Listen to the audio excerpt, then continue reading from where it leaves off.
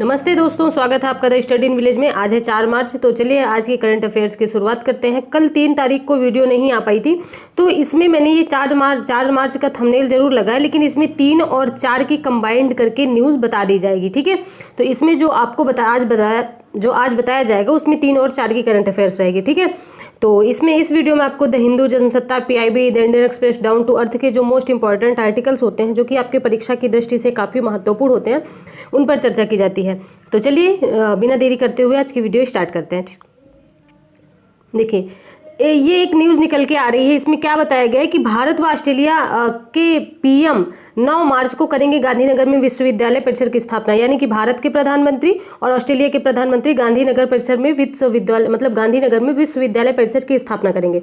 देखिए यह न्यूज़ देख लेते हैं। प्रधानमंत्री नरेंद्र मोदी अगले सप्ताह गुजरात की यात्रा पर होंगे। इस दौरान पीएम मोदी और ऑस्ट्रेलिया के प्रधानमंत्री एंथनी एल्बनीज़, ठीक है, इनका नाम एंथनी एल्बनीज़, गांधीनगर में 9 मार्च को ऑस्ट्रेलिया विश्वविद्यालय की शुरुआत करेंगे। ऑस्ट्रेलिया विश्वविद्यालय कहाँ? गांधीनगर में। ठीक है, ये ध्यान रखिएगा। तो गांधीनगर में इसकी शुरुआत करेंगे 9 मार्च को, और दोनों देशों के साथ पाठ्यक्रम व डिग्री की मान्यता देने की पहल की।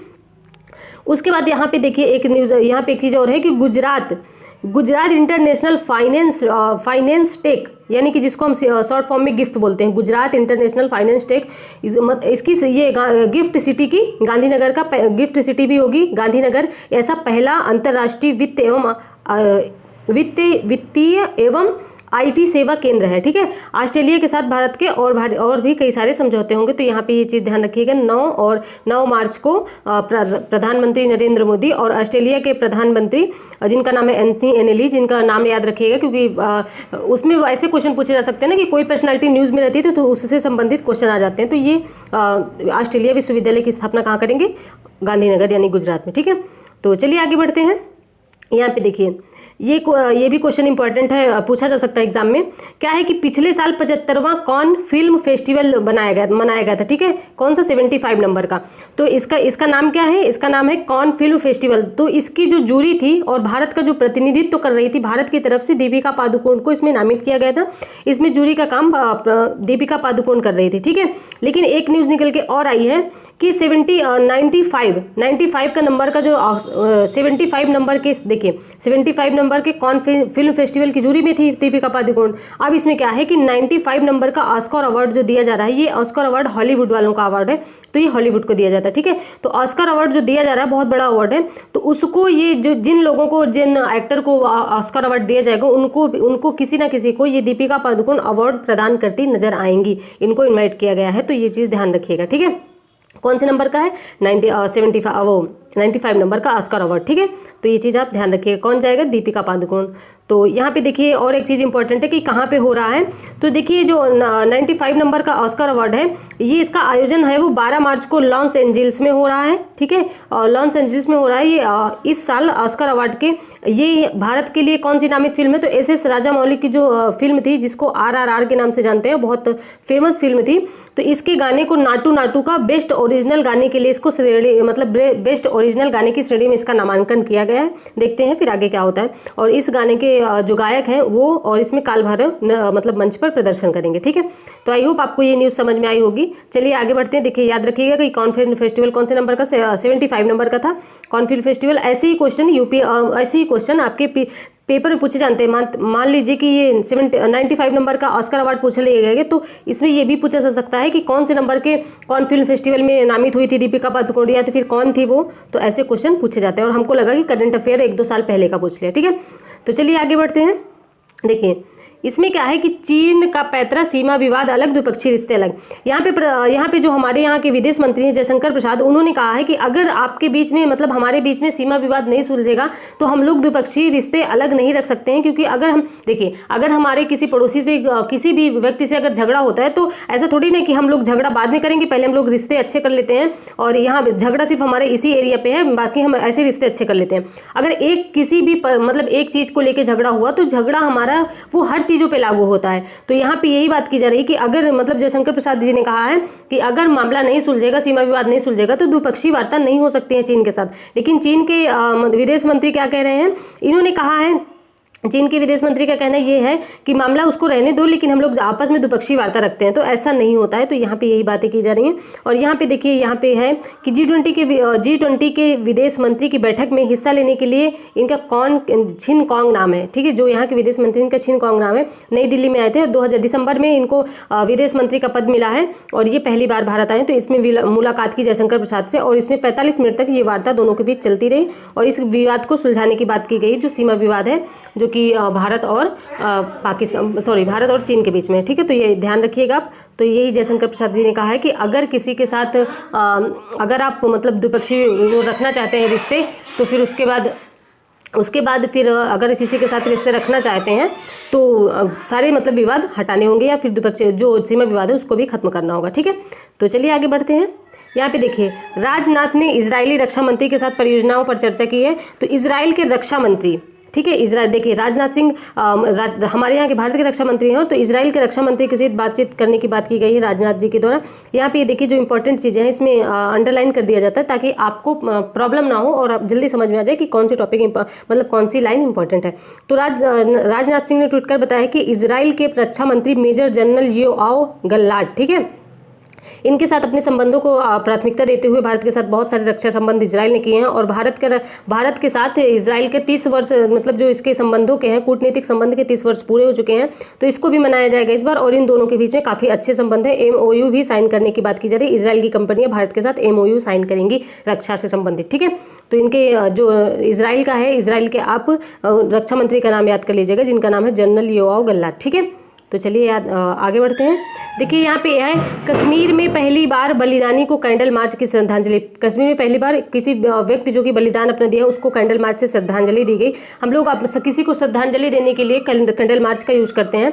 तो यहाँ पे यही किया जा रहा है कि देखिए आतंकी नर्सरी रहे पुलवामा शुक्रवार को जुमे नमाज के बाद आम कश्मीरी स्वेच्छा से, यानी कि जो कश्मीर के लोग हैं वो अपने मर्जी से बलिदानी सैनिक पवन कुमार जो कि शहीद हो चुके हैं उनको श्रद्धांजलि देने की बात की है, मतलब उनको श्रद्धांजलि दी है। ये कश्मीर में पहली बार हुआ है कि किसी को श्रद्धांजलि मतलब उसको वो शहीद हो गया तो उसको श्रद्धांजलि दी गई हो, ठीक है। तो ये चीज़ याद रखिएगा। और चलिए आगे बढ़ते हैं। इसमें यही न्यूज़ इंपॉर्टेंट थी।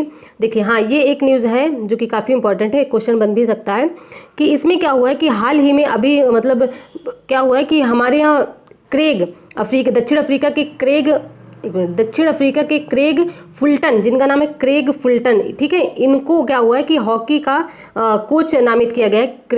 यहाँ पे देखिए क्रेग फुल्टन को भारतीय पुरुष हॉकी टीम का कोच मतलब होंगे ये अगले। और यहाँ पे क्या गया है, इसके पहले कौन थे, तो इसके पहले कौन थे कि भुवनेश्वर और राउरकेला में, ठीक है, भुवनेश्वर और राउरकेला में जनवरी में जो हुए विश्व कप में भारतीय टीम क्वार्टर फाइनल में नहीं पहुंच पाने के कारण तत्कालीन कोच जो कि जिनका नाम था ग्राहम रीड, उन्होंने इस्तीफा दे दिया है क्योंकि उन्होंने वो सोचे कि मतलब जो भी हॉकी टीम जो कि भुवनेश्वर और राउरकेला में विश्व कप हो रहा था उसमें क्वार्टर फाइनल में भारतीय टीम अपनी जगह नहीं बना पाई। तो ग्राहम रीड ने इस्तीफा दे दिया है और इसकी जगह कौन लेंगे, तो क्रेग फुल्टन, ठीक है, ये दक्षिण अफ्रीका के, तो इसको याद रखिएगा, ठीक है। तो यही चीज़ है। और चलिए फिर आगे बढ़ते हैं। ये है बेलारूस के एक नोबेल शांति पुरस्कार विजेता को 10 साल की सजा दे दी गई। यहाँ देखिए, यहाँ पे है कि बेलारूस की अदालत में शुक्रवार को मानवाधिकार कार्यकर्ता 2022 में नोबेल शांति पुरस्कार, ठीक है, नोबेल शांति पुरस्कार विजेता जिनका नाम है, यहाँ पे देखिए जिनका नाम है एलेस बियालित्स्की, ठीक है, इनको 10 साल की सज़ा दे दी गई है। और क्यों दे दी गई, क्योंकि मानवाधिकार केंद्र के लिए मतलब किसी चीज़ में इनको पकड़ा गया है कि अपना कार्य सही से नहीं कर पाए, तो इनको 10 साल की सज़ा दी गई है। 2022 में इनको नोबेल पुरस्कार मिला था, इनका नाम याद रखिएगा। 2022 में इनको नोबेल पुरस्कार कब मिला था ये याद रखिएगा। 2022 में मिला था, किस क्षेत्र में मिला था, तो शांति के क्षेत्र में मिला था, ठीक है, पूछा जा सकता है क्वेश्चन। तो चलिए आगे बढ़ते हैं। उसके बाद जापान के विदेश मंत्री ने कहा है कि स्वच्छ ऊर्जा व आर्थिक सुरक्षा जैसे मुद्दों पर, यानी कि स्वच्छता, ऊर्जा और आर्थिक सुरक्षा जैसे मुद्दों पर भारत के साथ काम करना चाहता है जापान, ठीक है, ऐसा कहा गया है। तो यहाँ पे देखिए बातचीत कर लेते हैं। इसमें ये कहा गया है कि यहाँ पे देखिए G7 के अध्यक्ष के तौर पर G20 के अध्यक्ष भारत के निकट समन्वय स्थापित कर रहा है, समन्वय चाहता है। और हायाशी जो यहाँ के मतलब हयाशी ने कहा है कि जापान के साथ G7 और G20 के बीच काफ़ी सारी महत्वपूर्ण चर्चाएं भी हुई हैं और ये आपस में काम करना चाहते हैं स्वच्छता के स्वच्छता के तौर पर और ऊर्जा के लिए और आर्थिक सुरक्षा को मजबूत करने के लिए जो यहाँ के विदेश मंत्री हैं जिनका नाम है योशियामा हायाशी, ये भी इन्होंने कहा है कि भारत के साथ काम करना चाहते हैं। देखिए ये सारे देश न्यूज़ में भी क्यों हैं, क्योंकि अभी हाल ही में G20 की मीटिंग हुई, इसमें सारे देश के विदेश मंत्रियों को बुलाया गया। ठीक है, सारे देश के विदेश मंत्री आए और G20 के अध्यक्ष इस बार भारत कर रहा है, तो इसकी थीम बताइएगा क्या है। तो इसलिए यहाँ पे सारे विदेश मंत्री आए थे। तो उसमें जिस देश में जो देश उसका नेतृत्व कर रहा होता है किसी संगठन का, तो जैसे भारत, जयशंकर प्रसाद ने इसका मतलब भारत ने इसका नेतृत्व किया, तो और सारे विदेश मंत्री आए, तो क्या करेंगे कि वो G20 की मीटिंग में तो सारे अटेंड करेंगे, लेकिन भारत का है कि भारत का फर्ज है कि वो सारे वित्त मंत्री जो कि मतलब सारे विदेश मंत्री जो कि आए हुए हैं सबका अलग अलग अपने देश की इमेज को अच्छा बनाने के लिए सबके साथ अलग अलग वार्ता करें। ठीक है, तो ऐसा ही हुआ है। तो यहीं पे ये जो यहाँ के विदेश मंत्री हैं योशिमासा हायाशी, इन्होंने कहा है। ठीक है, तो चलिए आगे बढ़ते हैं। यहाँ पे यूक्रेन युद्ध को खत्म करने में भारत को विशिष्ट भूमिका निभानी होगी, ये अमेरिका के विदेश मंत्रालय में एक प्रवक्ता नेड प्राइस ने कहा है कि देखिए क्या है, मैंने एक चीज़ बताया था कि भारत क्या है कि ना वो यूक्रेन का साथ दे रहा है, मतलब ना वो यूक्रेन के पक्ष में मतदान कर रहा है, ना वो रसिया के पक्ष में मतदान कर रहा है, वो कहता है कि मैं दोनों के साथ हूँ। तो यहाँ पे ये कहा गया है कि कभी ना कभी भारत को किसी एक देश को चुनना ही होगा। देखिए अगर इधर रसिया को चुनता है तो इधर पश्चिमी देश है, अमेरिका जैसे देश और जो पश्चिमी देश है वो नाराज हो जाएंगे, और अगर इधर रूस को चुनता है तो इधर मतलब अगर इधर रूस को छोड़ के इधर चुनता है तो इधर रूस नाराज हो जाएगा। और रसिया ने यानी कि रूस ने पहले से ही अगर इतिहास उठा के देखा जाए तो शुरू से ही भारत की हर तरह से मतलब सहायता की है और उसको भाई बोला है, तो ऐसे इसको नहीं कर सकता। तो इसलिए खुल्लम खुल्ला भारत किसी के पक्ष में वोट नहीं करता संयुक्त राष्ट्र में। तो यहाँ पे यही चीज़ कही जा रही है कि अगर भारत किसी के पक्ष में आ जाए तो इसको इस शांति को किया जा सकता है। यहाँ पे ये कहा जा रहा है कि भारत अगर यूक्रेन के पक्ष में आ जाए तो ये शांति स्थापित की जा सकती है। तो देखते हैं क्या होता है, भारत आगे क्या करता है। ठीक है, तो ये देखिए एक क्वेश्चन है, भारत में बच्चों को मोटापा बढ़ाने की आशंका क्या है कि बच्चों को फास्ट फूड की लत बहुत तगड़ी लगी हुई है। ठीक है, आजकल हमारे जो रहन सहन है और जो मतलब कि लग्जरी लाइफ हम लोग जीना चाहते हैं, तो उसकी वजह से उसको बच्चों की भी लत लग जाई है। बच्चों को भी इस चीज़ की बहुत ज़्यादा लत लग गई है कि उनको हम चिप्स, पापड़ और फिर उसके बाद जो कि भी होती है पिज़्ज़ा, बर्गर, चाउमीन, फिंगर्स, ये जो भी चीज़ें होती हैं इनको हम खरीद के जल्दी से जल्दी दे देते हैं उनको शांत करवाने के लिए। वो बच्चा रो रहा होता है, फिर उसको शांत करवाने के लिए ये चीज़ें आपको मतलब दे देते हैं उनको चुप करवाने के लिए, फिर उनको पसंद होती है, तो बच्चा इससे धीरे धीरे इसका शिकार हो जाता है, आदी हो जाता है। और बोलते हैं कि किसी भी चीज़ की लत अच्छी नहीं होती, वो चाहे खराब हो या मतलब कि खराब हो या अच्छी, लत हर चीज़ की बुरी ही होती है। तो किसी चीज़ की लत नहीं लगनी चाहिए। और बच्चों को ये सारी चीज़ें बचपन से दी जाती हैं तो वो उस चीज़ के आदी हो जाते हैं और उन्हें यही चीज़ चाहिए होता है जो कि उनके हर चीज़ पे, उनके शरीर पे, उनके मानसिक स्थिति पे, उनके बॉडी पे बहुत निगेटिव प्रभाव डालता है, जिससे बच्चे कई सारी बीमारियों का शिकार हो रहे हैं। तो यहाँ पे यही बात की जा रही है कि मोटापा को बढ़ाने के मतलब मोटापा को कम करने के लिए बच्चों को अच्छा पौष्टिक भोजन घर का बना हुआ खाना ही दें। ठीक है, यहाँ पे देखिए नदियों की बिगड़ती सेहत, यहाँ पे नदियों की बात की जा रही है, चंबल नदी की बात की जा रही है कि नदियों के साथ क्या होता है कि नदियों के देखिए जैसे कि ये नदी बह रही है, अब क्या करेंगे कि इसके किनारे किनारे फैक्ट्रियाँ लगी हुई हैं। ठीक है, अब इसके किनारे किनारे नदी की फैक्ट्रियाँ लगी हुई, तो क्या होता है कि इसका जो फैक्ट्री का पानी है ये इसी में जाएगा, और ये नदी क्योंकि ये बहती रहती है तो इसका जो पानी है वो एक स्थान से दूसरे स्थान से तीसरे स्थान कहीं ना कहीं तो ये मिलेगी, इसी प्रकार से कहीं ना कहीं दूसरे नदी को टच करेगी। तो इससे क्या होता है कि ये सारा जो कचरा होता है वो समुद्र में जाता है, समुद्र भी प्रदूषित हो रहा और नदियां तो प्रदूषित हो ही रही हैं। एक टाइम की गंगा में ये कहा जाता था एक टाइम में कि अगर गंगा के पानी को आप छू भी लेंगे तो आपके जो पाप होते हैं वो धुल जाते हैं, लेकिन वर्तमान में स्थिति ये है कि गंगा के पानी में कोई नहाना नहीं चाहता, उसके पानी को लोग गंगा जल इतना पवित्र माना जाता है, हर मतलब पूजा में या फिर हर अच्छी चीज़ों पे जो हर शुभ कार्य में गंगा जल का प्रयोग किया जाता है। तो यहाँ पे उसको इतना दूषित बना दिया गया है, और ये क्यों हुआ है? हम जैसे लोगों के कारण। हम लोग अपनी फैक्ट्रियाँ नदियों के किनारे लगाते हैं, और जो होता है पूरे, अब मान लीजिए कि कोई शहर है, ये मान लीजिए कि शहर है, ठीक है, अब इसमें क्या हुआ कि ये शहर का पूरा कचरा, अब मतलब जो भी हम घर में नहाते धोते पानी कुछ भी करते हैं तो ये सारा कचरा नाले में जाएगा, और नाला फिर दूसरे नाले में जुड़ेगा, और ये नाला कहाँ जाएगा? नदियों में। तो पूरा मतलब जितना भी कचरा होता है, जितना भी गंदगी होती है, जितना भी पानी होता है वो नदियों में जाता है। तो कैसे नदी स्वच्छ रहेंगी? कहते हैं कि प्रकृति को अगर आप मतलब उसको प्रकृति को अगर उसके नेचर के हिसाब से मतलब उसके हिसाब से नहीं चलेंगे, प्रकृति के हिसाब से, तो वो उसको संतुलित नहीं करेंगे, तो वो अपने आप को संतुलित करने के लिए फिर भयानक प्रलय लाती है। वो तो अपने आप को संतुलित करेगी ना। तो यहाँ पे यही चीज़ कही गई है कि इन सब चीज़ों का ध्यान रखना चाहिए। हमारे पूर्वज नदियों को बहुत ज़्यादा महत्व देते थे, इसलिए उनकी पूजा भी की जाती थी और अभी भी पूजा की जाती है, लेकिन उसको कोई समझता नहीं है, ठीक है। तो ये नदियों को इतना ज़्यादा मतलब दूषित नहीं किया जाना चाहिए, ये हम ही हमारे ही काम में कहीं ना कहीं आ जाती हैं। अब मान लीजिए इसमें प्लास्टिक बह के गया है और इसमें सारे रासायनिक चीज़ें मिल चुकी हैं, ठीक है।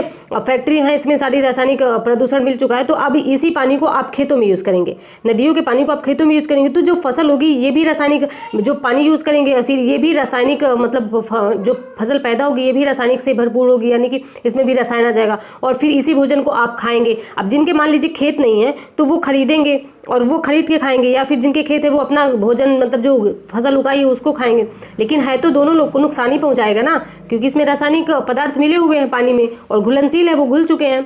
तो इस चीज़ को आप ध्यान में रखिएगा और ये सारी चीज़ें नहीं होनी चाहिए मेरे ख्याल से। मतलब हम लोगों को ही आज इसका चीज़ का सपोर्ट करना चाहिए, कुछ ना कुछ रास्ता निकालना चाहिए। कहते हैं कुछ भी चीज़ें असंभव नहीं होती हैं, असंभव को संभव बनाया जाना चाहिए, ठीक है। तो यहाँ पे जो चीज़ें मैंने बताई वही चीज़ है, आप इसको पढ़ सकते हैं, जूम करके देख भी सकते हैं, PDF चाहिए हो तो डाउनलोड भी कर सकते हैं, आप मुझे कमेंट बॉक्स में बता सकते हैं, ठीक है। तो ये है आपके आज के कल्प मेरा। सहनशील लिखता है, सहनशील होना अच्छी बात है, परंतु अन्याय का विरोध करना उससे भी उत्तम है। यहाँ पे क्या होता है कि लोग कहते हैं कि सहनशील बनो, ठीक है, सहनशील, यहाँ पे जयशंकर प्रसाद ने कहा, ठीक है, ये जयशंकर प्रसाद के बोल रहे हैं, ये मैं नहीं कर रही हूँ, मैं सिर्फ एक्सप्लेन कर रही हूँ।